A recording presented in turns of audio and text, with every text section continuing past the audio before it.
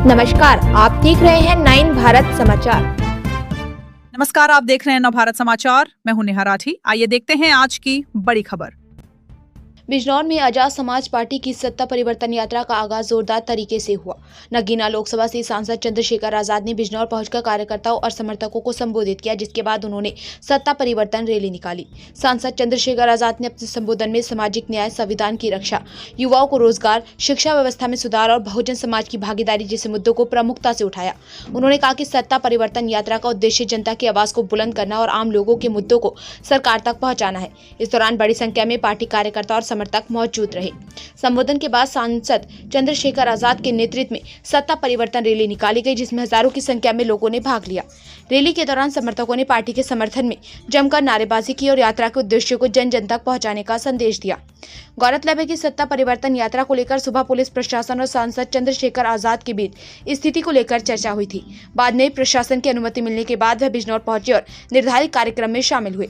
Azad Samaj party का कहना है कि ये यात्रा सामाजिक न्याय, संविधान बचाओ, युवाओं को रोजगार, बेहतर शिक्षा, स्वास्थ्य सुविधा और अति पिछड़ी जातियों को अतिरिक्त आरक्षण जैसे मुद्दों को लेकर प्रदेश भर में निकाली जाएगी।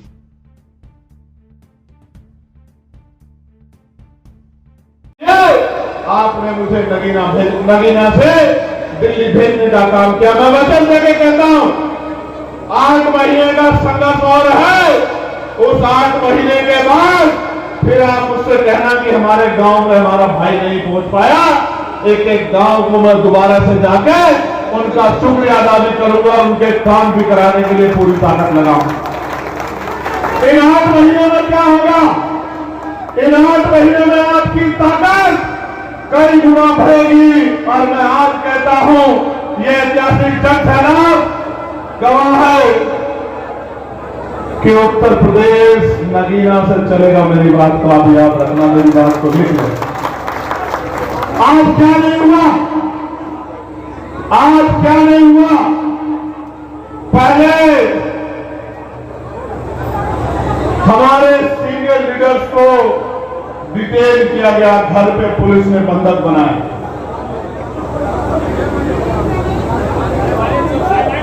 फिर जब उससे आगे बढ़े, बैरिकेडिंग लगा के महिलाओं को आने से रोकने के लिए पूरा एड़ी चोटी का जोर लगाया। फिर जब उससे आगे बढ़े, हमने अपनी आंखों से देखा कि 2 दिन पहले मुख्यमंत्री यहां आके कह के गए कि सत्ता परिवर्तन यात्रा कामयाब नहीं होनी चाहिए किसी भी कीमत पर।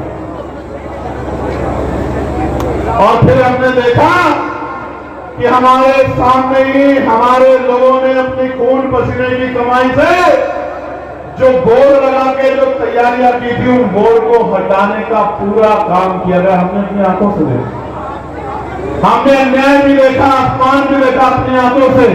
और हम चुप क्यों? आपको पता है, क्योंकि हम जानते हैं कि वो हमारा कार्यक्रम खराब करना चाहते हैं और हम जानते हैं कि वो हमें कमजोर करना चाहते हैं, लेकिन हम कमजोर होने वाले नहीं हैं। उनके किसी भी हथकंडे में आके, एजेंडे में आके आज हम पुलिस के भाइयों से लड़ना या ये काम नहीं करने वाले जो यहाँ की सरकार चाहती है। मैं आपको बधाई देता हूं कि लखनऊ में बैठे मुख्यमंत्री आपकी यात्रा से डर गए, इसीलिए आपको रोकने का काम कर रहे हैं। ये डरपोक सरकार, इनके डरे हुए मंत्री, इनके डरे हुए मुख्यमंत्री एड़ी चोटी का जोर लगाते रहे कल से लेकर आज तक कि सत्ता परिवर्तन यात्रा। और प्रशासन और पुलिस को मैं क्या कहूं? मैं तो जानता हूं कि प्रशासन और पुलिस तो सरकार की होती है। आज सत्ता में हम लोग नहीं है तो हमारे बैनर भी फटेंगे, हमारी मां बहनों को भी रोका जाएगा, हमारे लोगों को डराया भी जाएगा, पुलिस भी भेजी जाएगी, हमसे भी सवाल होंगे।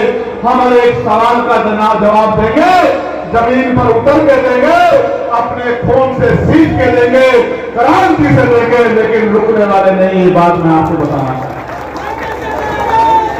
क्या नहीं किया गया, कितने जोर लगाए गए। और जब से नगीना हुआ, आपको पता है क्या हुआ? हर 8वें दिन 10वें दिन मुख्यमंत्री पश्चिम उत्तर प्रदेश आते हैं।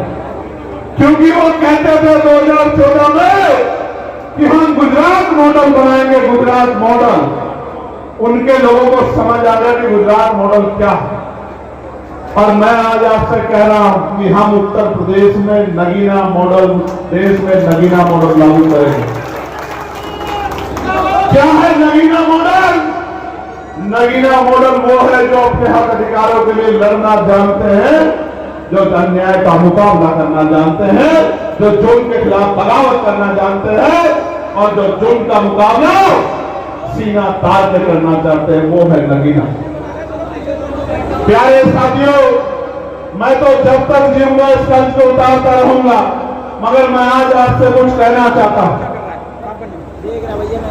अगर आजाद समाज पार्टी ताकतवर होती है तो आपके हिस्से में क्या आएगा ये मैं आपको बताना चाहता हूं, और ये आपको जानना भी चाहिए। सिर्फ नारों से काम नहीं चलेगा, सिर्फ इधर उधर की बात करने से काम नहीं चलेगा। मैं जो बात आज आपके सामने कहूंगा, ये इंदिरा बाल भवन गवाह रहेगा। आप सब लोग गवाही दोगे इस बात की कि एक एक चीज को हम लोग पूरा करने का काम करेंगे। इस मंच से 4 जून को मैं आज आपको ये वादा करने वाला हूं। जो हम कहेंगे वो हम करेंगे, और जो करके भी आपके आंसू पूछे जाएंगे वो हम करने के लिए 24 घंटे तैयार रहेंगे। मेरी बात को आप याद रखें।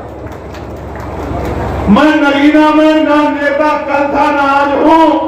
मैं कल भी नगीना का बेटा था और आज भी नगीना का बेटा हूं, और जब तक जीवन रहेगा, चाहे मैं फर्श पे रहूं या अर्श पे, किसी भी पद पे रहूं या बिना पद के, हमेशा नगीना का, बिजनौर का बेटा रहूंगा। इस बात का मैं आपको वचन देता हूं, अपने संकल्प को दोहराता हूं। मेरी बात का ध्यान। प्यारे साथियों, उत्तर प्रदेश के हर बच्चे को कक्षा 1 से 12 तक गुणवत्तापूर्ण पढ़ाई देने का काम इंग्लिश मीडियम के जरिए हम लोग करेंगे, और वो भी मुफ्त करेंगे। इस बात का मैं आपको विश्वास दिलाता हूं, क्योंकि मैं मानता हूं जिस दिन शिक्षा एक समान हो जाएगी, गरीब का हाथ किसी अमीर के आगे नहीं फैलेगा, गरीब भी शिक्षा प्राप्त करके आगे बढ़ेगा। और मैं अभी कह के आया हूं, अभी हमारे नजीबाबाद वाले, शानपुर वाले भी पुलिस की कैद से छूट के आ गए, मुझे दिख रहे हैं यहीं से। पुलिस ने कैद करके रखे। आपने कभी देखा है जिनकी रैली हो उनके लोगों को पुलिस बंद करके? मैं बताता हूं कि सरकार क्या चाहती थी। सरकार चाहती थी कि आपका मजाक बन जाए कि कार्यक्रम में थोड़े से लोग पहुंचे। मैं ये कह रहा हूं, पूरे बिजनौर शहर में घूम के देखिए, हर जगह नीले पट्टे वाला नौजवान, मेरा भाई, मेरी बहन, मेरी मां, मेरे बुजुर्ग आपको सड़कों पर सैलाब के रूप में देखने को मिले। और ऐसा नहीं है कि ये ताकत नगीना में है, सिर्फ ऐसा नहीं है। हमने 18 मंडलों में सम्मेलन किए थे, 18 मंडलों में 2025 में, और हमने 8 बड़ी रैलियां की थी, और 70 विपक्ष के सीने पे की थी, कन्नौज में भी की थी और बस्ती में भी की थी। और हर रैली में जो सैलाब था, मैं बताना चाहता हूं कि सरकार की रैली में भी लोग आते हैं, लेकिन कौन आते हैं? सरकार की रैली में वो आते हैं, आशा बहनों को बुलाते हैं, आंगनबाड़ी बहनों को बुलाते हैं, भोजन माताओं को बुलाते हैं, पंचायत सहायकों को बुलाते हैं, शिक्षा मित्रों को बुलाते हैं, अध्यापकों को बुलाते हैं, और तो समूह वाली बहनों को बुलाते हैं, जिनको कोई अवसर दिया है मकान या कुछ और, उनके घर भी खबर भेजते हैं कि आना पड़ेगा, तब जाके रैली की कुर्सियां भर पाती। ये हाल है सरकार के लोगों का। मैं फिर आपसे कह रहा हूं, आने वाले कल में इस ईवीएम का भी गला दबाने का